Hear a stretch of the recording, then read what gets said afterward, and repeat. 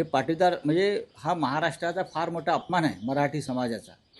छत्रपती शिवाजी महाराज हे महाराष्ट्राचं, मराठी माणसाचं आणि हिंदवी स्वराज्याचं एक दैवत आहे.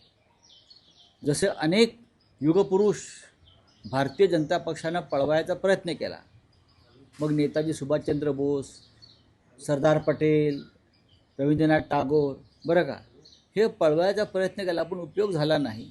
शेवटी आता ते छत्रपती शिवाजी महाराजांना पळवायचा प्रयत्न करतात गुजरातला. पण याच छत्रपती शिवाजी महाराजांनी तुमची सुरत लुटली होती आणि पळापळ करून सोडली होती, दाणादाण करून सोडली होती, विसरू नका. माझ्या भारतीय जनता पक्षाच्या नेत्यांना एक आव्हान आहे, बरं का, तुम्ही शिवाजी महाराजांना जात लावू नका. ते विश्वपुरुष होते. आधी अरबी समुद्रातलं शिवस्मारक पूर्ण करा आणि मग शिवाजी महाराजांची जात काढा.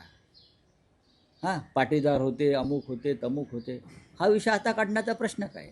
महाराष्ट्राला आणि मराठी माणसाला डिवचण्याचा हा प्रकार आहे. आम्ही तुमचं सगळ्यात मोठं दैवतसुद्धा कारखाने पळवले,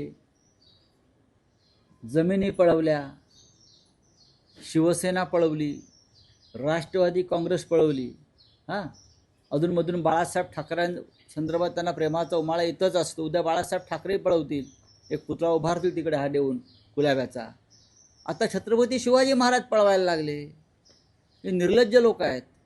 हां, शिवाजी महाराज पळवतात तुम्ही, महाराष्ट्र आराध्य दैवत आमचं. तुमच्याकडे काय दैवत आहेत का गुजरातमध्ये? बकासूर, अजित पवारांच्या भाषेत. तुमच्या गुजरातमध्ये कोणी महान नेते जन्मालाच आले नाही आहेत का? म्हणून तुम्हाला आमची दैवतं पळवण्याचं बकासुरी आनंद घ्यायचा आहे? सांगा ना.